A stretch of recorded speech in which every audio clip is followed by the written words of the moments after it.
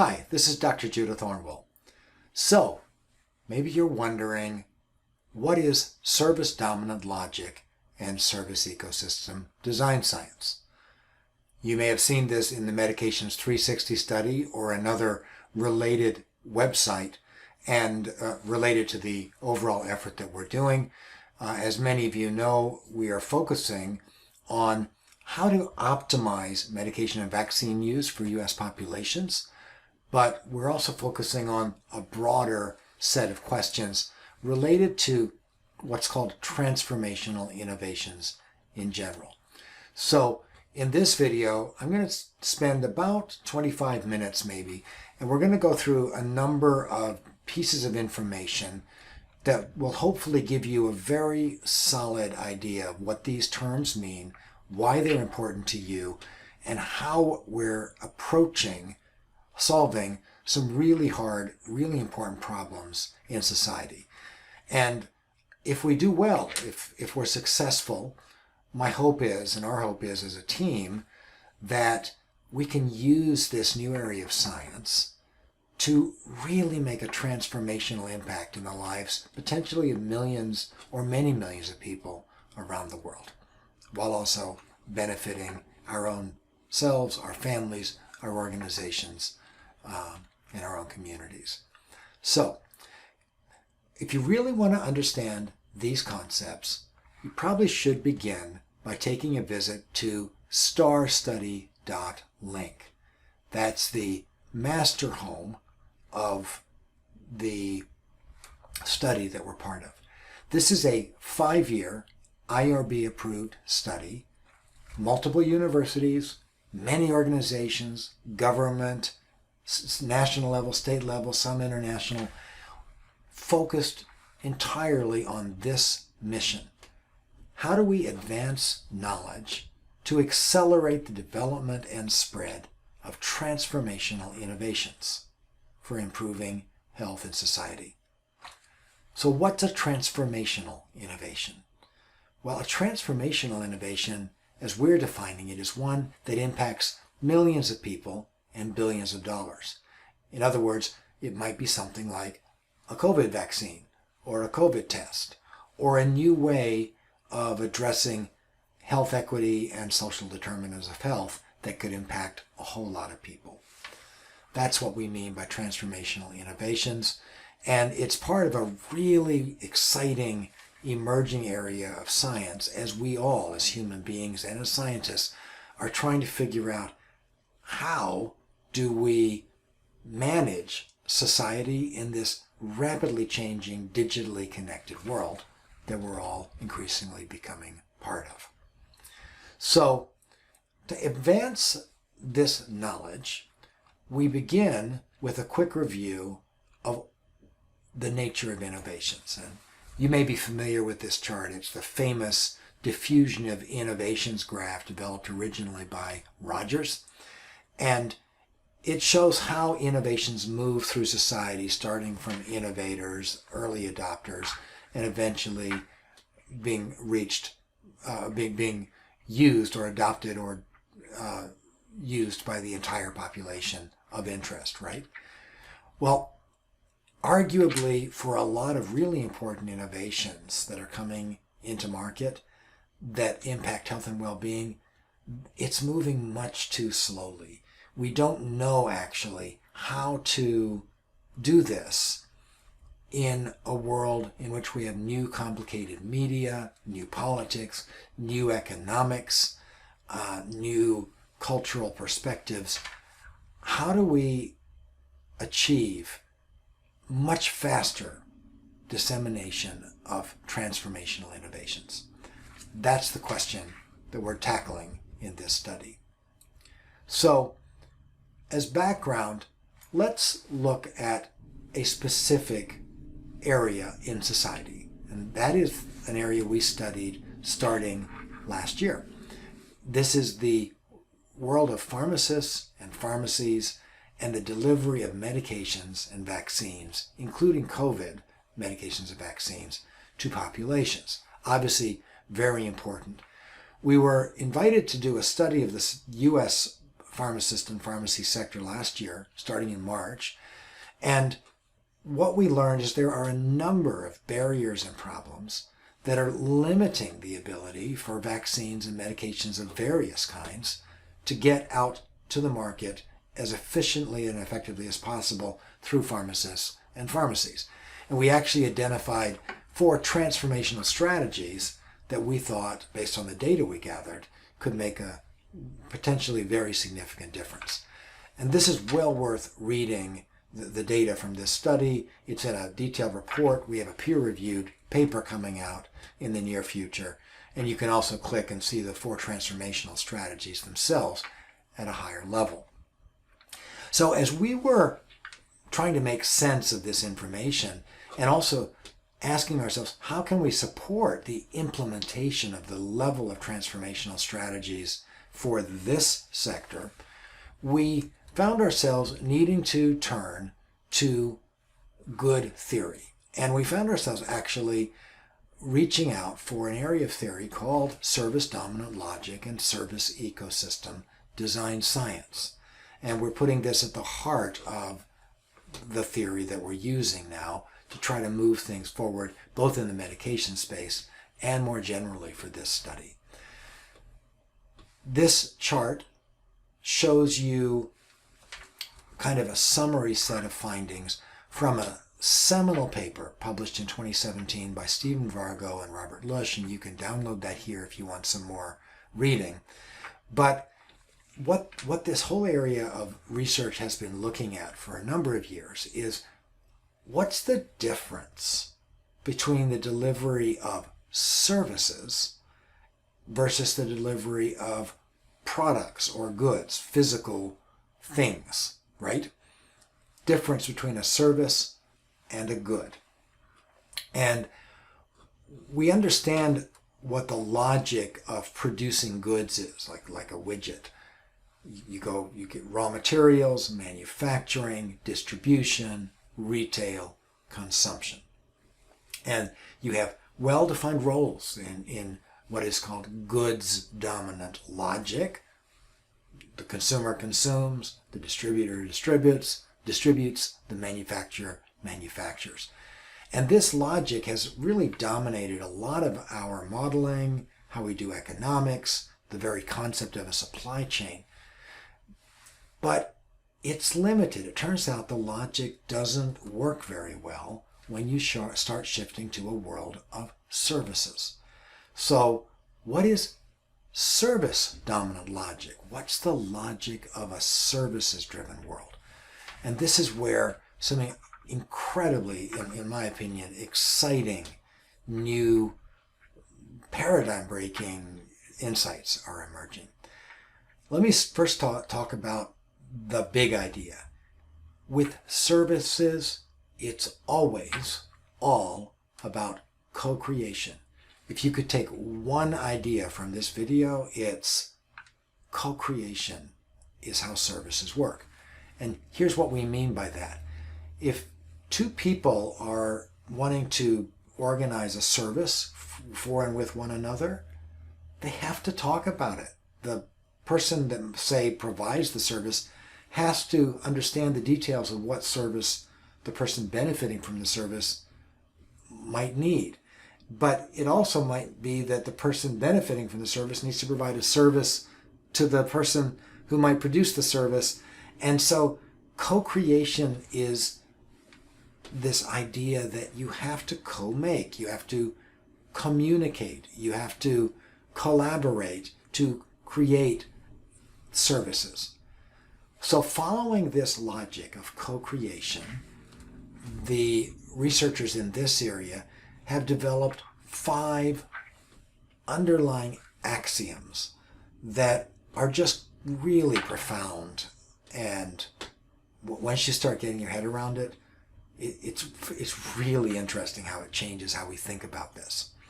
First of all, service is the fundamental basis of exchange in society. A really big statement, but if you think about it, even when you're moving a widget back and forth, you have all these services around it, like contracting and legal services and regulations and So it's not just the products. It's the services surrounding the products. It's the services we provide to one another that are fundamental in society, which also means it's the relationships, it's the co-creation that is fundamental. Pretty huge idea, right? Second, value is always co-created by multiple actors, always including the beneficiary. In service-dominant logic, in a world of services, you can't make a service in a manufacturer's facility and then deliver it to a consumer, because it doesn't work that way. You actually don't even have exactly a consumer and a producer. That's goods-dominant logic, right? What you do is you have to have conversations where the actors talk about what they want and help one another. And the beneficiary, whoever's benefiting from the service, has to be part of that equation. And that would include a patient at a pharmacy counter or a doctor's office talking to someone about what kind of healthcare services they might need or what kind of information they might need related to a medication or a vaccine.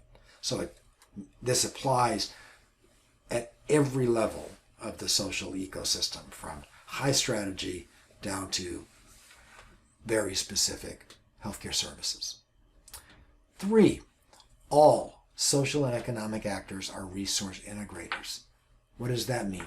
It means that everyone, every individual, family, organization, association, government agency, you name it, wants and seeks to gather resources like financial capital, human capital, social capital, knowledge.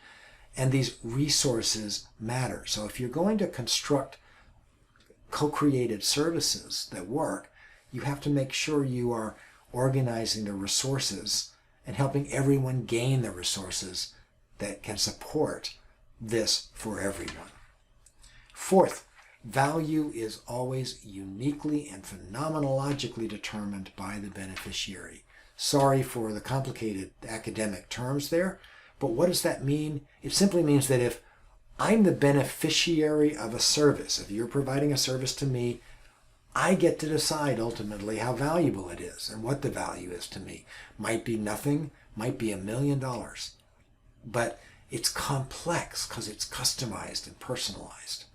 And vice versa, you get to decide the value you're seeing from this service I'm maybe providing to you as we co-create meaning and make sense of this new information I'm sharing in this video.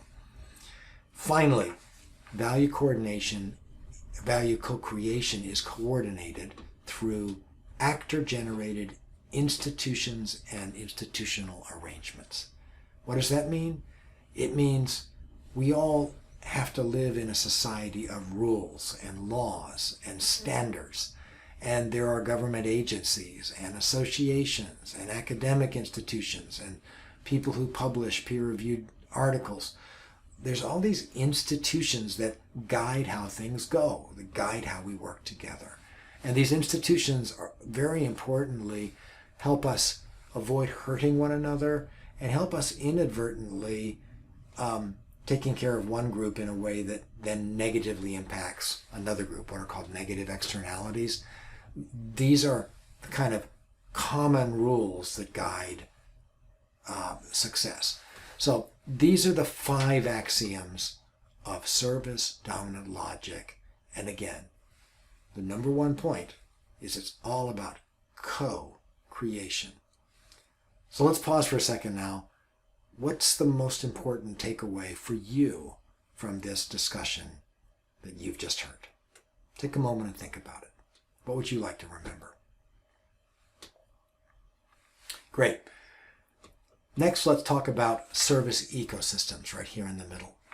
So, as the researchers have been thinking through the implications of these axioms, the implications are that services don't happen inside an organization like they might with a product manufacturing group.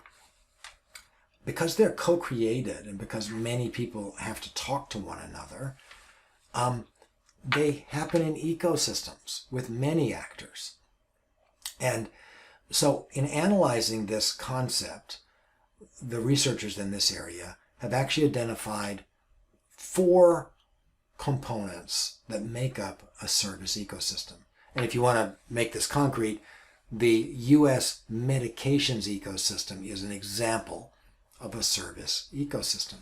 You've got actors, individuals, families, organizations, networks, alliances, government agencies, and increasingly artificial intelligence agents can play the role of actors. And these actors are all talking to one another to co-create services. That's what an actor is in a service ecosystem, right? Second, all those actors are continually building up, gathering resources that they can use to get what they want or co-create, right? Third, the actors exchange artifacts. Could be services, documents, contracts, online videos, apps, could be goods, could be neighborly help, could be for money, could be not for money. But essentially artifacts are all the things that actors exchange. Make sense? And finally, the institutions, as we just talked about, provide the rules of the road for actors as they gather resources and use the resources to exchange, create and exchange services and artifacts of different kinds. And at every step in this ecosystem, everyone is continually co-creating these services and this value. One other point, we put a globe behind this diagram because all of a sudden, just in the recent years, co-creation is happening globally. This video itself, as I'm speaking to you, I don't know whether you're in my hometown, Louisville, Kentucky, or California, or India, or Europe, or Australia, or somewhere else. But because of that, I am speaking to you with that awareness that this service ecosystem we're talking about building is potentially global in nature. And this will be true for most any service ecosystem actually in today's world. And so that's got such radical implications in terms of who we can co-create with and how we can co-create. It's in fact, the level of change and the level of opportunity is quite extraordinary if you think about it, right? All right, let's pause again. Real quick, what did you just learn from this discussion that you'd like to remember? What is the key point about service ecosystems that you've heard for you? Great. Next, let's talk about the third part of this diagram. Who should be involved in doing research and taking action to change service ecosystems? If we're going to do service ecosystem design science, we're going to design these things, how do you do that? Well, we're proposing that the only real way you can do that is through multi-university, multi-stakeholder action research networks, where you bring many universities and many stakeholders representing the entire ecosystem, in other words, many of these actors, together to figure this out, because it's so many different moving parts and so many different perspectives, right? We've made a preliminary list of some of the research fields that might apply. It could be service ecosystem science, network science, economics, obviously, health services research, implementation science, population health science, many others too. But the key point is that we need to think differently about how we organize the universities, the researchers at scale to serve across entire ecosystems. So how do we do that? In the next video, part B of this discussion, we're going to talk in more detail about specifically how we do that. But at a very high level, we just wanted to share this idea of these action research networks with universities and researchers on one side doing the research and many stakeholders on the other side focusing on the action, all making up the fabric of a service ecosystem. So take a minute, digest what you've learned so far, and then when we come back, we're going to share some, what I think is some really cool insights into concretely what we can do together, how we can develop new theory, and how we can actually act to make transformational change happen in the ecosystem that we work in. So, see you on the other side.